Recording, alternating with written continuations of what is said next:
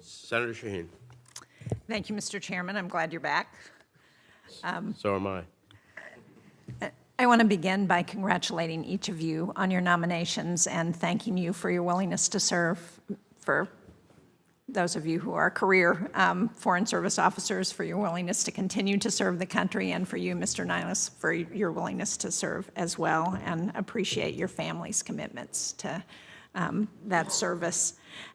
I was in, excuse me, for the three of you who were nominated for Latin American countries, I was in Latin America last month with a bipartisan delegation. Sadly, we didn't visit any of the countries that you're being nominated to represent, but or to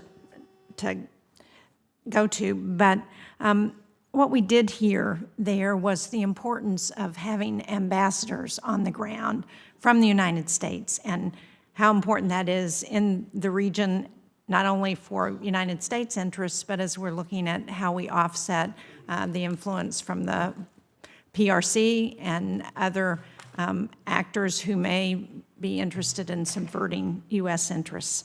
In this 118th Congress, we've only confirmed 3 ambassadors, so I do hope we can move your nominations as quickly as possible. One of the other things that we heard on that trip was the interest on the part of those countries in doing business with the United States, in improving our trade relations and encouraging the private sector to look at Latin America as an opportunity to invest that sometimes has been overlooked. So can each of the 3 of you who are going to Latin America have confirmed, can you speak to how you see we might better encourage those trade opportunities and other economic opportunities with Latin America? And I'll start with you, Ms. Sipthak Ranmuth. Perfect, thank you.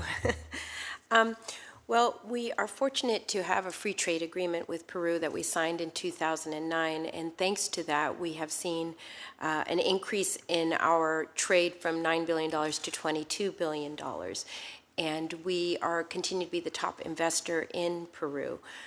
Clearly, what our private sector needs are transparent and level playing fields, and what, if confirmed, I would do as U.S. Ambassador to Peru is to continue to work with the private sector to make sure that we are making the case for U.S. business.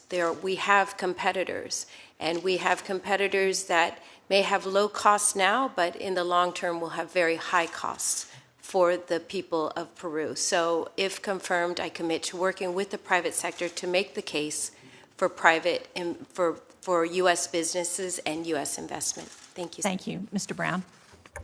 Thank you, Senator.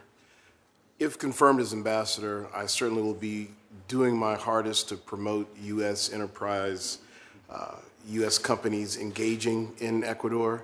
I think it's very important. There's no doubt that U.S. companies efficiently and effectively produce results on the ground. I will be working with the Ecuadorian government to understand how best we can collaborate and promote American enterprise in Ecuador.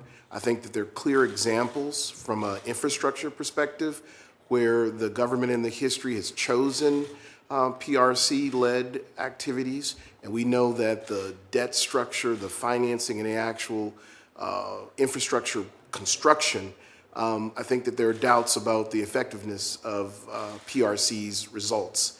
So all we can do is promote American companies, and if confirmed as ambassador there, I'll be a champion for those initiatives. Well, thank you. I agree. I think we heard some buyer's remorse when we were visiting. Mr. Niles. Thank you, Senator. This question is very close to my heart. As a private sector business leader, I see business as a critical element in any ambassadorship, but especially for mine if I'm confirmed. I have worked in all the sectors that matter to this region, from technology, global health, finance, and energy.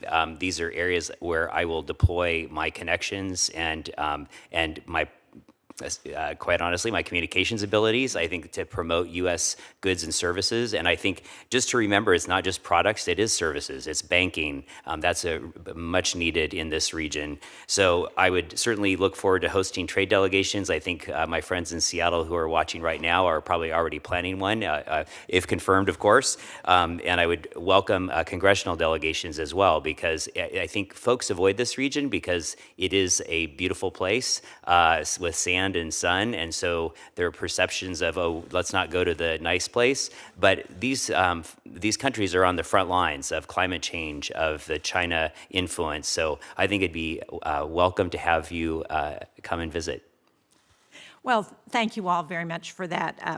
I think Latin America offers a tremendous opportunity in our own backyard, and we need to do a better job of taking advantage of it. I'm really pleased that legislation I sponsored with Senators Durbin and Bozeman was included in the Western Hemisphere Partnership Act that we passed out of this committee. It's designed to double U.S. trade to Latin America.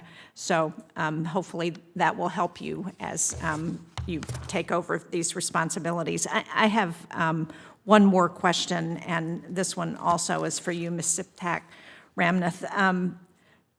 Peru's government faces challenges with drug trafficking, money laundering, and transnational crime. And last December, an arbitration tribunal adjudicated a claim brought against the government of Peru for lack of payment on Peruvian agrarian reform bonds. I assume you're familiar with this case, but the tribunal ruled that Peru must repay Gramercy Fund Management the properly updated value of the matured land bonds. And I raise this because this is an issue that affects U.S. pension funds, including in New Hampshire. Unfortunately, Peru still has not paid the arbitration award.